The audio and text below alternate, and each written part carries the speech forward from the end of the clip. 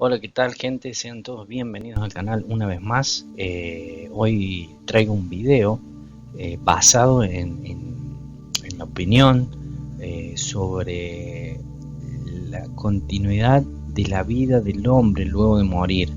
Hay algunas posturas que dicen que cuando el hombre muere deja de existir, y otras que dicen que seguimos existiendo, quizás en un plano espiritual.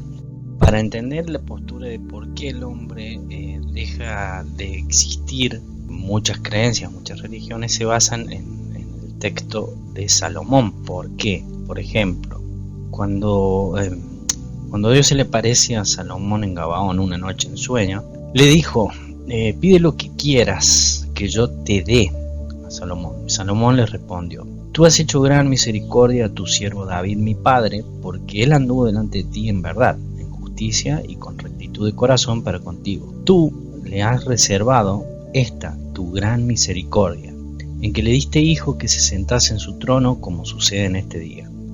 Ahora pues, Dios mío, tú me has puesto a mí tu siervo por rey en lugar de David mi padre. Yo soy joven, no sé cómo entrar ni salir. Me has puesto por rey en lugar de David mi padre, y yo soy joven y no sé cómo entrar ni salir. Vemos que Salomón se encuentra deficiente de sabiduría en semejante responsabilidad debido a las promesas de Dios, en que le ha dado hijo, quien es Salomón, se está cumpliendo su promesa, pero Salomón le dice, yo soy joven y no sé ni para qué lado ir, no sé entrar ni salir. Y tu siervo, o sea Salomón, está en medio de tu pueblo al cual tú escogiste, un pueblo grande que no se puede contar ni numerar por su multitud. Da pues a tu siervo corazón entendido para juzgar a tu pueblo y para discernir entre lo bueno y lo malo, porque ¿quién podrá gobernar tu pueblo tan grande? Entonces esto agradó delante del Señor que Salomón pidiese esto, y le dijo, Dios, ¿por qué has demandado esto y no pediste para ti muchos días, ni pediste para ti riqueza, ni pediste la vida de tu enemigo? Sí, de tus enemigos, sino que demandaste para ti inteligencia para oír juicio. He aquí lo he hecho conforme a tus palabras. He aquí te he dado corazón sabio y entendido, tanto que no ha habido antes de ti otro como tú, ni después de ti se levantará otro como tú en sabiduría, ¿verdad? O sea, la sabiduría de Salomón aún impacta nuestros días. Por ejemplo, el juicio salomónico, los juzgados, el sistema que tienen de testigos, un juez, etcétera, provienen de Salomón, aún en el siglo XXI, ¿no? Y aún también te he dado las cosas que no pediste, riquezas y gloria, de tal manera que entre los reyes ninguno haya como tú en todos tus días. Esto en cuanto a la riqueza y la gloria, sí abarcarían los días de Salomón como hombre en la tierra. Entonces lo que vemos aquí es que Dios se agrada por el pedido sincero de Salomón, en vez de vanidosamente pedir, porque Dios le está diciendo pide lo que quiera, pedir riquezas, poderío contra sus enemigos, gloria. No, él le pide sabiduría para actuar con un corazón justo, sabio y en juicio, de acuerdo a la responsabilidad que tiene el cargo, porque se está cumpliendo, que él continúa el reinado de David, el trono de su padre David, pero se encuentra con que él es joven y no sabe cómo hacerlo. Entonces, para cumplir con Dios y con su plan, le pide sabiduría. Entonces vemos que Salomón es un hombre sabio, tan es así que Dios le dice, no hubo ni habrá un hombre como tú, ni antes ni después en sabiduría. ¿Por qué cito a Salomón? Porque en el texto que vamos a ver es de donde muchos interpretan, al ver que Salomón dice algo sobre el fin de la vida, cuando el hombre muere, ahora leemos el texto, basándose en esta sabiduría que tenía Salomón entre tantas otras cosas, ¿no es cierto? Entonces dicen que allí está escrito que cuando el hombre muere deja de existir. Pero vamos a analizar el punto y vamos a compararlo. Entonces, para comenzar voy a citar una página, la página de los Testigos de Jehová, que son una de las religiones que dicen y predican o no predican que el hombre deja de existir una vez que muere. Ojo, no son los únicos que creen esto, hay otros, pero bueno, yo cito la explicación que dan ellos. Entonces en la Atalaya dice, ¿qué sucede al morir? Algunas personas creen, esto es la explicación que dan ellos, ¿no es cierto?, que seguimos viviendo en otro lugar, pero otros, o sea, ellos y otros más, piensan que la muerte es el fin de todo. ¿Y usted qué cree?, pregunta. Entonces pone, lo que dice la Biblia: los muertos no tienen conciencia de nada. Esto está en Eclesiastés 9:5, lo citan, y dicen que de modo que cuando morimos dejamos de existir. Entonces vemos en lo que dice en su versión bíblica, en Eclesiastés 9:5, dice, porque todos los vivos saben que morirán, pero los muertos no saben nada en absoluto, ni reciben más recompensa, ya que todo recuerdo suyo ha caído en el olvido. Entonces, como dijimos, esto lo dice Salomón en Eclesiastés 9:5. Imaginémonos la sabiduría, lo que estuvimos viendo, un hombre que recibió la sabiduría de parte de Dios. Entonces él está diciendo que los vivos son los que saben, los vivos son los que piensan, los vivos son los que viven, y saben que morirán. Pero los muertos no saben nada en absoluto, ni reciben más recompensa. Ya no saben más nada, ya no piensan, ya no sienten, ya que todo recuerdo suyo ha caído en el olvido. Entonces ellos dicen, de modo que cuando morimos dejamos de existir. ¿Qué más dice la Biblia? Dice que el primer hombre, Adán, regresó al polvo cuando murió. Dice, asimismo todo lo que muere se convierte en polvo. Eclesiastés 3:19, 20. Porque lo que sucede a los humanos también sucede a los animales. Todo tiene el mismo final. Esto en Eclesiastés 3:19. Tal como muere uno, así muere el otro, y todos ellos tienen el mismo espíritu. Así que el hombre no es superior a los animales, ya que todo es en vano. ¿Sí? Eclesiastés habla de la vanidad, vanidad de vanidades. En el versículo dice, en el 20, todos van al mismo lugar, y esto se refiere al polvo.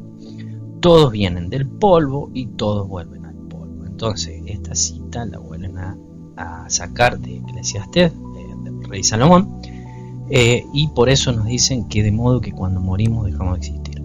Cuando una persona muere, siguen explicando, Dios perdona sus pecados.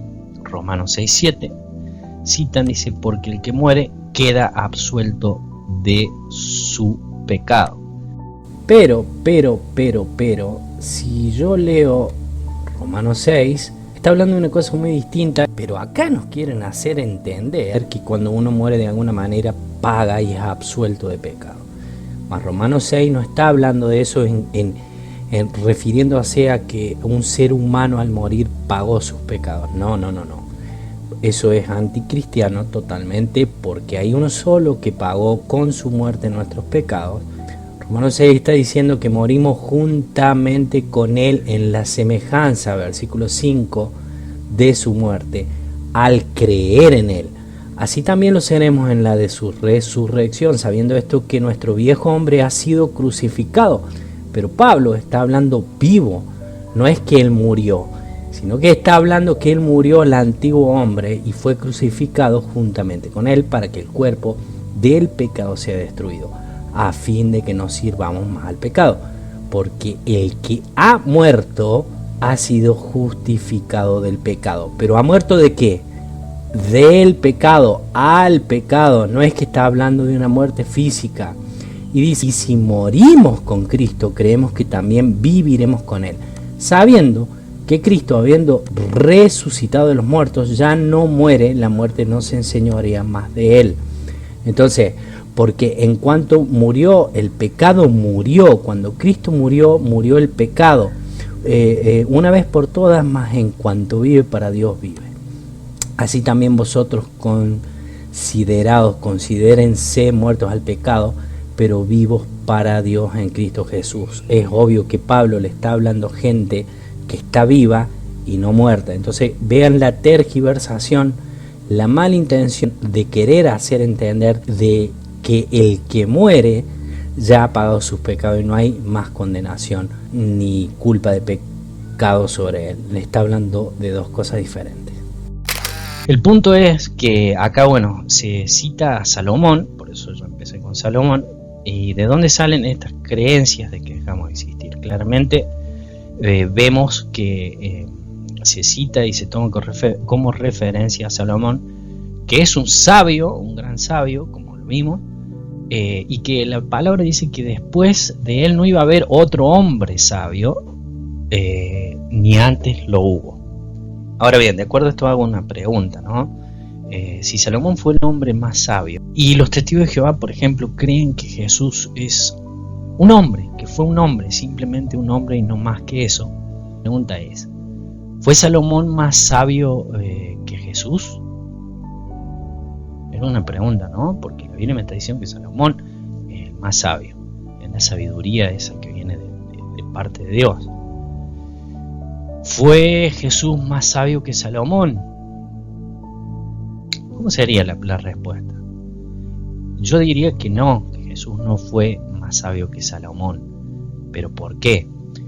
Porque Jesús es la sabiduría. Y Salomón tenía de esa sabiduría que Dios mismo le proveía. O sea, incluso a quien conocemos o a quien conocimos como Jesucristo. El Dios eterno fue el que le dio la sabiduría. Jesús es la sabiduría. Jesús es lo sabio de Dios. Por eso demuestra que Jesús no es un hombre simple, común y corriente, que fue usado por medio de, porque si no, no se cumpliría, la Biblia se contradeciría al decir que Salomón fue el hombre más sabio, y sabemos que la sabiduría que tuvo Jesús como hombre, porque todavía tiene su sabiduría, de hecho él creó el universo antes de hacerse hombre, esa sabiduría es superior a la de cualquier hombre. Y entonces aquí vamos a partir el punto. Salomón, y esto es importante entenderlo,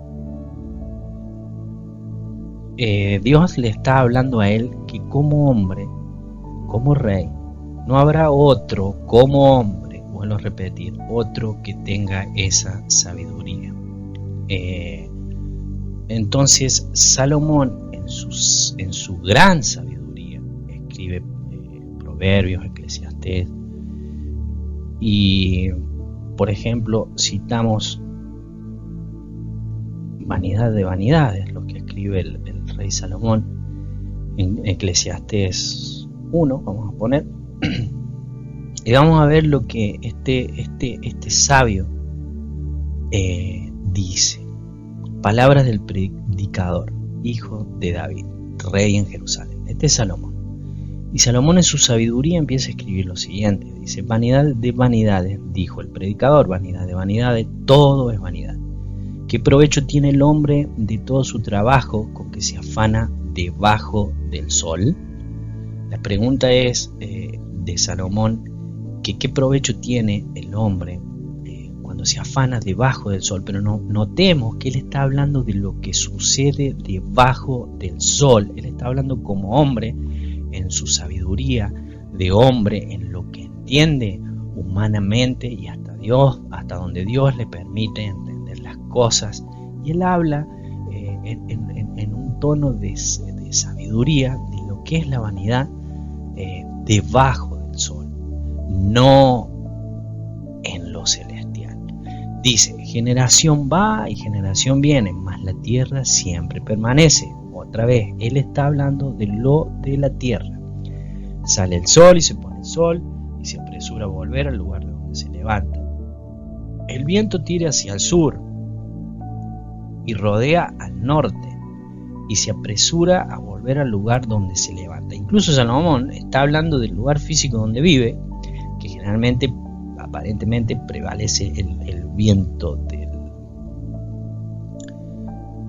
el viento del norte, porque dice tira hacia el sur, dice el viento sopla hacia el sur y rodea al norte, va girando de continuo, y a sus giros vuelve el viento de nuevo. Los ríos todos van al mar y el mar no se llena. El lugar de donde los ríos vinieron, allí vuelven para correr de nuevo. Todas las cosas son fatigosas, más las que el hombre puede expresar, nunca se sacia el ojo de ver ni el oído de oír. ¿Qué es lo que fue? Lo mismo que será, lo que ha sido hecho, lo mismo que se hará, y nada hay nuevo debajo del sol. Nada hay nuevo debajo del sol. O sea, está diciendo que la vida siempre será lo mismo. ¿Y de qué provecho tiene el hombre que se afane? Y él va a seguir explicando, dice: ya fueron los siglos que nos han precedido, no hay memoria de lo que precedió. Que dice que, o sea, esos hombres que vivieron en la antigüedad, ya no hay memoria de ellos, de los que precedieron. Obviamente está hablando de las cosas físicas, también terrenales, de la naturaleza, pero también dentro de eso está incluido el hombre. Y dice, no hay memoria, o sea, X persona vivía en tal lado, murió, pero ya nadie se acuerda, quizás sus alejadas, sus familiares acercados, pero incluso en el tiempo esa memoria de esa persona se va perdiendo. Pero está hablando en cuanto al recuerdo, no a la memoria de la persona, ni tampoco, dice, de lo que sucederá. Habrá memoria de los que serán después. Ahí se está refiriendo al hombre. O sea, en su tiempo, dice, va a pasar tiempo y van a nacer unos, luego van a morir, pero luego no habrá memoria de nuevo. Y vemos que él dice que esto sucede debajo del sol. Yo, el predicador, fui rey sobre Israel en Jerusalén y di mi corazón a inquirir y a buscar con sabiduría sobre todo lo que se hace debajo del cielo. Esto es a lo que se refiere Salomón, a lo que sucede debajo del cielo, a lo que sucede al hombre. Este penoso trabajo dio Dios a los hijos de los hombres para que se ocupen en él. Mire todas las obras que se hacen debajo del sol, y aquí todo ello es vanidad y aflicción de espíritu. Lo torcido no se puede enderezar y lo incompleto no puede contarse. Hablé yo en mi corazón, diciendo, he aquí yo me he engrandecido y he crecido en sabiduría sobre todos los que fueron antes de mí en Jerusalén, y mi corazón ha percibido mucha sabiduría y ciencia, y dediqué mi corazón a conocer la sabiduría y también a entender las locuras y los desvaríos. Conocí que aún esto es aflicción de espíritu, porque en la mucha sabiduría hay mucha molestia, y quien añade ciencia añade dolor. Bien, ahora miramos en Mateo 12:42 lo que dice Jesús. Incluso habla de Salomón, y también luego otros versículos que nos hablen del tema. La reina del sur se levantará en el juicio con esta generación y la condenará, porque ella vino de los fines de la tierra para oír la sabiduría de Salomón. Y he aquí más que Salomón en este lugar. Jesús le está diciendo que él es superior a Salomón. ¿Qué quiero decir con esto? Que hay una diferencia. Por ejemplo, la palabra nos dice que el Antiguo Testamento es sombra de lo que se iba a cumplir en el Nuevo Testamento. El Nuevo Testamento es la revelación de cosas que no se entendían en el Antiguo Testamento por el plan de Dios y de la forma progresiva que Dios iba a ir mostrando las cosas. En una ocasión Jesús dijo, si les hablo de las cosas terrenales y no las creen, cuanto más si les hablo de las cosas celestiales, no la van a creer. Entonces hay una diferencia. Salomón se refiere en su sabiduría a la parte terrenal, porque el que descendió del cielo, que es Jesucristo, viene a explicarnos lo celestial. Y Jesús explica algo muy diferente de lo que sucede después de la muerte a lo que explicó Salomón. Salomón se refirió a que el hombre dejaba de pensar, de existir, ya no había más memoria de él, por una cuestión obvia y sabia, que cuando una persona muere ya no se escuchará más su voz, sus pensamientos, su participar en la vida debajo del sol, su trabajo, su alegría, su tristeza, porque esa persona ya no existe más. Ahora, Hay puntos en el Antiguo Testamento donde lo espiritual se distingue de lo humano, de lo terrenal. Por ejemplo, Elías resucita a un niño y pide para que el alma de ese niño vuelva al niño y el niño vuelva a vivir. Entonces, pero esto es una cuestión espiritual. Elías no está hablando de la sabiduría terrenal, sino de las cosas espirituales del profeta. Y así otros puntos. Por ejemplo, el salmista, cuando decía referente al Mesías, decía: no dejarás mi alma en el Seol, ni que tu santo vea corrupción. Ahora, algunos entienden que el Seol es la sepultura, entonces dicen que a eso se refería porque Jesús iba a ser resucitado, pero el salmista está diciendo: ni dejarás que vea corrupción en ese momento que esté en el Seol. Y la pregunta es, si entonces deja de existir, ¿cómo es que va a haber la corrupción? La corrupción en el reinado de la muerte. Esto es referente, y eso es lo espiritual. Pero como digo, Jesús vino a darnos a conocer las cosas que están sobre el sol, no debajo del sol, como dijo Salomón. Entonces Jesús utiliza parábolas, por ejemplo la del rico y Lázaro, donde habla del seno de Abraham. Hay muchos aquí que dicen: no, las parábolas en realidad son ilustraciones que no son reales, no son para... Pero yo hago una pregunta: las parábolas de Jesús no son reales. Por ejemplo, la parábola del sembrador. Mi pregunta es: ¿existen los sembradores? ¿Existen las semillas? ¿Existe la tierra fértil, la tierra llena de espinos? Claro que sí. Jesús por eso dijo: yo le hablo de cosas terrenales y aún así no le creen, ¿cuánto menos me van a creer las cosas celestiales? Existe la parábola del hijo pródigo. Existe la posibilidad de que un hijo deje a su padre, se lleve su riqueza y malgaste todo, y ese hijo luego vuelva y su padre lo espere con amor. Si bien hacía referencia al Padre Celestial Jesús, pero tomó un ejemplo de lo real, de lo que existe. Claro que puede existir, ha existido seguramente, y no lo conocemos, algunos la conocerán, ocasiones similares donde hijos se fueron y volvieron sin nada a su padre. Pero al punto es que Jesús, no sé por qué algunas personas dicen que las parábolas no son reales. A lo que voy, que cuando Jesús explica lo que pasa después de la muerte con el rico y Lázaro, que ambos están en lugares distintos, uno en el seno de Abraham y otro en un lugar de tormento, nos dicen que eso es una ilustración. Yo pregunto, ¿ilustración de qué? ¿Para qué sentido? ¿Qué sentido tendría que Jesús, que desciende del cielo a enseñarnos las cosas celestiales, nos dé esa parábola? Así, a ver, ¿de qué nos ayudaría?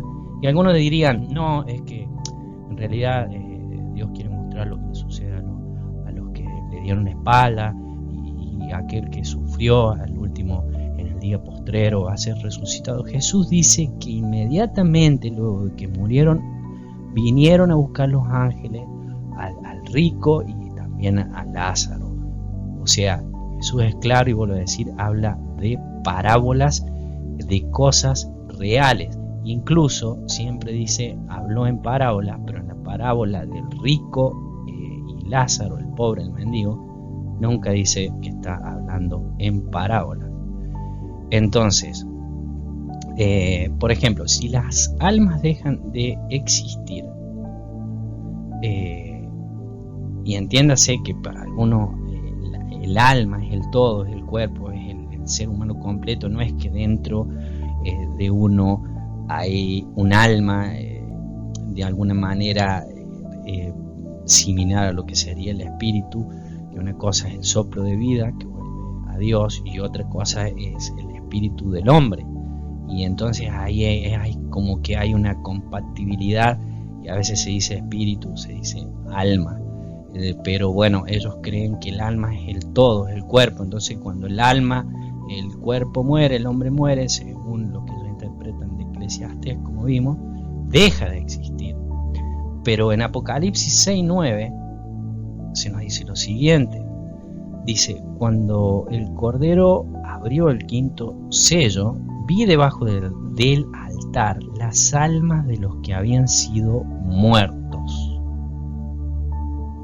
Y dice, a causa de la palabra de Dios y del testimonio que habían mantenido. Ahora, dice que estas almas que habían muerto clamaban a gran voz diciendo. Entonces, si pensamos que dejamos de existir, ¿cómo puede ser que estas almas, que la Biblia es bien clara que habían muerto, pero esas almas siguen estando delante del trono y dicen a gran voz, ¿hasta cuándo, oh Señor santo y verdadero, esperarás para juzgar y vengar nuestra sangre, la sangre de los cuerpos, de los que moran en la tierra, porque ellos habían sido muertos? Pero vemos que las almas de ellos están delante del trono vivas, y se les dio a cada uno una vestidura blanca y se les dijo que descansase un poco más de tiempo hasta que se complete también el número de sus consiervos y de sus hermanos que habían de ser muertos como ellos lo habían sido muertos. O sea, nos vuelve a explicar que ellos habían sido muertos, pero siguen vivos clamando delante del trono, y ahora dicen, no, esperen porque van a morir más y se tiene que completar el número de ellos. Estas son las cosas que vienen del cielo. Esta es la revelación del Nuevo Testamento, que da luz a lo que antes en sombras no se entendía completamente, hasta que se cumpliera la venida del que descendió y ascendió a los cielos. Él es el creador y el que conoce, y por eso decir que una parábola no puede referirse a algo real es por ejemplo, la parábola del rico y Lázaro es algo absurdo, porque Jesús sabe de lo que está hablando e incluso le dice en otra ocasión, como dije, ustedes no entienden. Por ejemplo, la parábola del sembrador, que son cosas terrenales, ¿cómo van a entender las cosas celestiales? Entonces, el punto es que la Biblia en muchas ocasiones nos habla de, por ejemplo, cuando dice que un hombre, Jesús en otro lugar dice, acumuló para él en sus graneros trigos y comidas y montones de cosas, y hasta que sería la vanidad de vanidades, ¿no? El trabajo que decía Salomón. Pero hasta ahí está lo que se cumple Salomón, incluso en ese versículo, trabajó debajo del sol, y entonces dijo, llega un momento, dice Jesús, que él se sentó, por decirlo así, vuelvo a decir, existe, ¿no? Esa posibilidad, no es algo imaginario. Entonces dice, bueno, me voy a regocijar, alma mía, regocíjate, porque has hecho tu trabajo y es hora de disfrutar. Y Jesús le dijo, necio, no sabes que hoy vienen por tu alma. Se refería a que ese hombre iba a morir, pero su alma iba a venir a ser buscada. Entonces, como vemos, estas creencias, el tema es mucho más profundo, pero quiero decir lo siguiente. Estoy hablando de que Salomón es un sabio bíblico usado por Dios. No estoy diciendo de ninguna manera que hablaba cosas que no sabía, sino que estoy haciendo referencia a que él apuntaba a otra cosa, a lo que sucede debajo del sol. Mas, sin embargo, Jesucristo vino a hablarnos de lo que sucede sobre el sol, del futuro, de lo que va a pasar, y nos advierte de que debemos escoger. Él dice, la palabra dice que él puso dos caminos, el del bien y el mal. Nos insta que sigamos el del bien, y el del bien es creer en él, aceptarlo como Señor y Salvador nuestro, y lógicamente que está escrito que seremos resucitados, que el mar dará sus muertos, que serán juntados de los cuatro puntos de la tierra, todos los muertos que ha habido en toda la existencia de la humanidad, para ser resucitado. Dios en su soberanía, incluso el polvo, la ceniza que se echó en el mar de muertos, serán devueltos, y Dios resucitará a los hombres, unos para condenación y vergüenza perpetua, y otros para salvación. Entonces, hay que tener, creo, y esto es una opinión, hay que tener cuidado en tomar a la ligera quizás versículos y no profundizarlos, y entender de que Jesús, que dijo, aquí uno mayor que Salomón, le está diciendo en todo el contexto bíblico, hablo no solo de ese capítulo, que la vida continúa. Es más, la Biblia dice que Dios puso en el corazón del hombre eternidad, por eso es hecho a imagen de Dios. Ahora, en cuanto a lo físico, Dios saca el árbol de la vida y dice, no sea que viva para siempre. Claro, porque en esa condición de hombre, habiendo caído, no iba a ser posible la resurrección. Pero esto de ninguna manera quiere decir de que el hombre no tenga eternidad, porque el hombre fue hecho a semejanza de Dios, y unos serán resucitados con cuerpos glorificados, como explica Pablo, porque hay cuerpos celestiales y cuerpos terrenales, y ahí sí dice la palabra cuerpo y se refiere en cierta forma a lo físico, de alguna manera celestial, que es superior al terrenal, pero sabiendo que la Biblia dice que no heredarán carne ni sangre del reino de los cielos, pero Pablo dice bien claro que no son lo mismo, no es lo mismo el cuerpo celestial que el cuerpo terrenal. Así que bueno, sin más, esta simple observación para tomar en cuenta. Pablo decía, para mí el morir es ganancia, porque el morir es dejar de existir. No dijo eso. Para mí el morir es vivir ahora, now, con Cristo. Y vemos que todo lo que ellos dicen, no solo los testigos de Jehová, sino algunos, una mezcla, es para negar que Jesús, por ejemplo, le dijo al malhechor, hoy estarás conmigo en el paraíso. Entonces ellos quieren hacernos creer que en su versión ponen, hoy te digo, punto y coma, estarás en un futuro, pero Jesús fue tajante y dijo, hoy estarás conmigo en el paraíso, como fue tajante cuando dio la parábola de Lázaro, y que dijo que en ese mismo momento fue llevado al seno de Abraham, no en un futuro. Y lo del seno de Abraham es otra cosa, porque sabemos que Jesús descendió para llevar cautiva la cautividad una vez, esto es a los que estaban en el seno de Abraham, esto es una vez que se cumplió el hecho de redención de los hombres. Y si lo comparamos con Apocalipsis, las almas están en el cielo, vivas. Así que bueno, sin más, que Dios te bendiga, espero que se haya entendido el mensaje, que seas bendecido vos y tu casa. Suscríbete si te parece, compartilo para quizás si le sirve de ayuda a otro. Así que bueno, nos vemos en el próximo video y que Dios te bendiga. Un abrazo.